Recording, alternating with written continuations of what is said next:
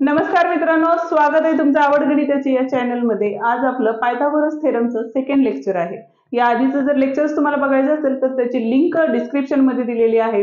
या आधीचे लेसन्स म्हणजे सिमिलॅरिटी लेसन जर तुम्हाला बघायचं असेल तर त्याची होल प्लेलिस्ट आहे, त्याचीही लिंक डिस्क्रिप्शन मध्ये तुम्हाला दिलेली आहे, ती तुम्ही बघून घेऊ शकता।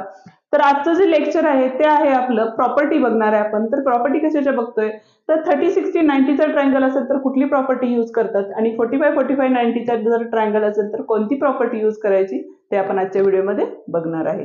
पण त्याच्याशी रिलेटेड असणारे एक्झाम्पल्स पण आपण बघणार आहे, त्यामुळे व्हिडिओ स्किप करू नका, व्हिडिओ पूर्ण बघा। व्हिडिओ आवडल्यास व्हिडिओला लाईक शेअर आणि कमेंट करायला विसरू नका आणि चॅनलला पहिल्यांदाच भेट दिली असेल तर चॅनलला सबस्क्राईब करायलाही विसरू नका। तर मग स्टार्ट करू आपण पहिली प्रॉपर्टी।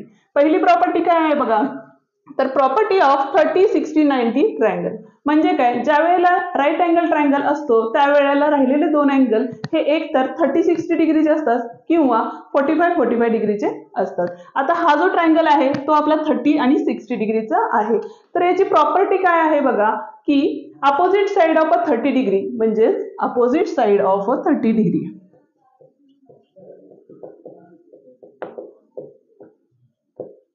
30 डिग्री ही काय असती तर हाफ ऑफ द हायपोटेनियस असती। ठीक आहे, म्हणजे 30 अंश कोनासमोरील बाजू ही काय असती, म्हणजे आता ही जर mn आली तर ही काय असणार आहे हायपोटेनियस। हायपोटेनियस म्हणजे काय, 90 डिग्रीचा जो अँगल आहे त्याच्या समोरची जी साइड असते ती म्हणजे हायपोटेनियस असते आपली, बरोबर।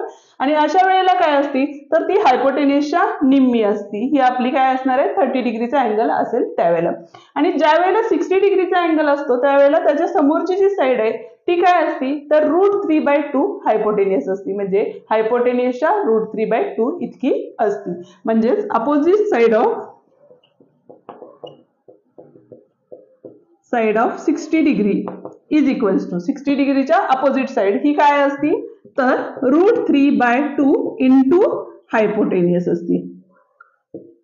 ठीक आहे, आता हे आपण एक्झाम्पल आणि स्पष्ट करू। म्हणजे तुम्हाला एक्झाम्पल जर बघितलं आपण तर बघा दिलेले एक्झाम्पल काय आहे तर if ln is equals to 6 centimetre then find the mn and the lm find करायचं। म्हणजे हा जर ट्रायंगल दिलेला आपल्याला आणि यामध्ये आपल्याला ln इज इक्वल्स टू किती दिलेले आहे 6 सेंटीमीटर दिलेले आहे आणि ह्या ज्या दोन साइड आहेत त्या दोन साइड आपल्याला काय करायचे फाइंड करायच्या आहेत। आता बघा गिवन देताना आपल्याला काय दिलेलं आहे ट्रायंगल दिलेलं आहे, ट्रायंगल LMN दिलेलं आहे। ठीक आहे, आता m जो आहे तो म्हणजेच किती आहे आपला तर 90 डिग्री आहे। आता ज्यावेळेला आपण जॉमेट्रीचे एक्झाम्पल सॉल्व्ह करतो त्यावेळेला आपल्याला गिवन लिहिणं नेसेसरी आहे, म्हणजे महत्त्वाचे आहे। तर बघा आपल्याला ट्रायंगल दिलाय LMN, m किती दिलेलं आहे 90 डिग्री दिलेलं आहे, त्याच पद्धतीने आपल्याला ln दिलेलं आहे 6 सेंटीमीटर आणि आपल्याला फाइंड करायचं आहे mn फाइंड करायचं आहे आणि दुसरी गोष्ट lm फाइंड करायचं आहे। ठीक आहे, जर आपण mn फाइंड केलं तर इथं बघा mn ज्यावेळेला आपल्याला काढायचं असेल त्यावेळेला mn इज इक्वल्स टू, आता mn म्हणजे कुठली साइड येते बघा mn ही काय असणार आहे 30 च्या समोरची साइड आलेली आहे, म्हणजेच हे काय असणार आहे इथं 1/2 इंटू हायपोटेनियस काय आहे बघा आपली ln ही आपली हायपोटेनियस आहे।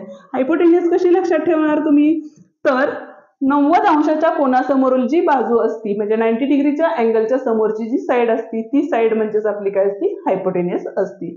म्हणजे तिथे आपल्याला देताना काय दिलेलं आहे तर 1/2 इंटू इथं आपण रिझन लिहू शकतो अपोजिट ऑफ 30 डिग्री साइड। ठीक आहे, आता 1/2 इंटू ln किती दिलेलं आहे आपल्याला 6 सेंटीमीटर दिल्यामुळे 6 आले, म्हणजे 2 1 जा 2 2 3 जा 6। आता इथं आडवा भागाकार पद्धत वापरलेली आहे। आडवा भागाकार कसा करायचा हे जर तुम्हाला बघायचं असेल तर त्याची लिंक डिस्क्रिप्शन मध्ये दिलेली आहे, किंवा गणिताचा बेस ही आपली एक प्लेलिस्ट आहे त्यामध्ये आपण बेसिक गोष्टी टाकलेल्या आहेत जेणेकरून तुमचं मॅथ्स इम्प्रूव्हमेंट व्हायला मदत होईल, त्यामुळे ती प्लेलिस्ट तुम्ही नक्की बघून घ्या। आता इथं बघा जे आलेलं आन्सर आहे ते आपलं 3 सेंटीमीटर आहे, म्हणजे इथलं जे आन्सर होतं ते किती आलेलं आहे आपलं 3 आलेलं आहे। ठीक आहे, आता आपल्याला फाइंड काय करायचं आहे LM फाइंड करायचं। आता LM ही साइड कशाच्या समोरची आहे तर 60 च्या समोरील साइड आहे, अपोजिट साइड ऑफ 60 डिग्री। ठीक आहे, म्हणजे तिथे काय येणार आहे आपलं √3/2 इंटू हायपोटेनियस काय आपलं तर LN, रिझन काय येणार आहे अपोजिट साइड ऑफ 60 डिग्री। ठीक आहे, म्हणजेच काय येणार आहे बघा √3/2 इंटू ln किती आहे आपला 6 आहे, परत एकदा 2 ने डिवाइड होतं, त्यामुळे 2 ने डिवाइड केलं तर 2 1 जा आणि 2 3 जा आलेले आहे. म्हणजे इथे येताना काय येणार आहे, 3√3 येणार आहे आणि हे सेंटीमीटर. म्हणजे हे आपल्याला फाइंड करायचं होतं. ही होती प्रॉपर्टी आपली 30 60 90 डिग्रीची. आता आपण प्रॉपर्टी बघणार आहे 45 45 90 ची प्रॉपर्टी काय आहे ती आता बघूया. दुसरी प्रॉपर्टी आपली प्रॉपर्टी ऑफ 45 45 90 ट्रायंगल. ठीक आहे. आता मगाच्या प्रॉपर्टी मध्ये काय होतं, 30 समोरची जी साइड असेल ती काय होती, हाफ ऑफ दी हायपोटेनियस होती. 60च्या समोरची साइड ही काय होती, √3/2 हायपोटेनियस होती. त्याच पद्धतीनं इथं दोन्ही अँगल सेम असणार आहेत, त्यामुळे दोन्ही ज्या वेळेला आपण XY किंवा XZ फाइंड करू ती साइड ही काय असणार आहे, तर 1/रूट ऑफ द हायपोटेनियस असणार आहे. म्हणजे हायपोटेनियसच्या 1/रूट इतकी असणार आहे साइड. ठीक आहे. अपोजिट साइड ऑफ 45 डिग्री ही काय असणार आहे, तर 1/√2 ऑफ द हायपोटेनियस. ठीक आहे. आता अपोजिट साइड ऑफ 45 डिग्री कुठल्या कुठल्या साइड्स असणार आहेत बघा, एक तर XY असणार आहे आणि दुसरी असणार आहे ZX असणार आहे. ठीक आहे. तर आता याच्याशी रिलेटेड असणारे एक एक्झाम्पल बघू, त्यामुळे तुमच्या ज्या कन्सेप्ट आहेत त्याही काय होतील, क्लिअर होतील. तर इथे बघा, if ZY is equals to काय दिलेलं आहे, 3√2 दिलेले आहे. ZY म्हणजेच काय आपला हायपोटेनियस आहे आणि तो किती दिलेला आहे आपल्याला, 3√2 दिलेला आहे. ठीक आहे. आणि फाइंड काय करायचं आपल्याला, XY आणि ZX हे आपल्याला फाइंड करायचं आहे. म्हणजेच फर्स्ट आपण गिव्हन राईट करणार आहे. गिव्हन काय दिलेलं आहे आपल्याला, ट्रायंगल दिलेलं आहे. कुठला दिलेला आहे बघा, XYZ दिलेलं आहे. यामध्ये अँगल X जो आहे तो काय दिलेला आहे आपल्याला, 90 डिग्रीचा दिलेला आहे. आपल्याला गिव्हन मध्ये ZY जे आहे ते किती दिलेलं आहे, तर 3√2 दिलेलं आहे. आणि फाइंड काय करायचं आहे आपल्याला, तर XY फाइंड करायचं आहे आणि दुसरी गोष्ट ZX पण फाइंड करायचं आहे. आता जर आपण XY इज इक्वल्स टू जर घेतलं तर यामध्ये बघा, XY हे काय आहे, तर अपोजिट ऑफ द 45 डिग्री आहे. म्हणजेच इथे येताना काय येणार आहे, आपला रूल जो आहे तो काय आहे आपला 1/√2 इंटू हायपोटेनियस काय आहे आपली, तर ZY आहे. म्हणजे इथे येणार ना ZY येणार आहे. रिझन काय येणार आहे, अपोजिट ऑफ 45 डिग्री.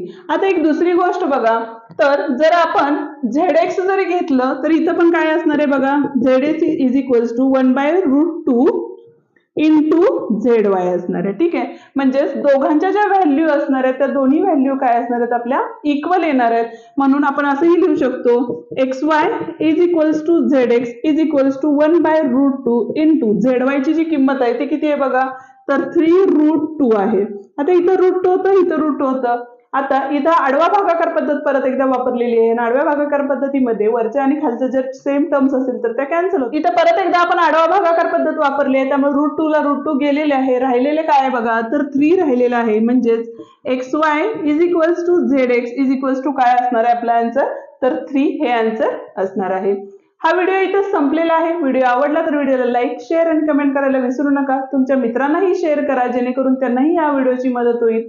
आणि असेच आपले नवनवीन व्हिडिओ पाहत राहा. पुन्हा भेटूया पुढच्या लेक्चरमध्ये, लेक्चर नंबर 3 मध्ये, ज्यामध्ये आपण सिमिलॅरिटी आणि राईट अँगल ट्रायंगलचं रिलेशन काय आहे, थेरम ऑफ द जॉमेट्रिक मीन हे आपण बघणार आहे. थँक्यू.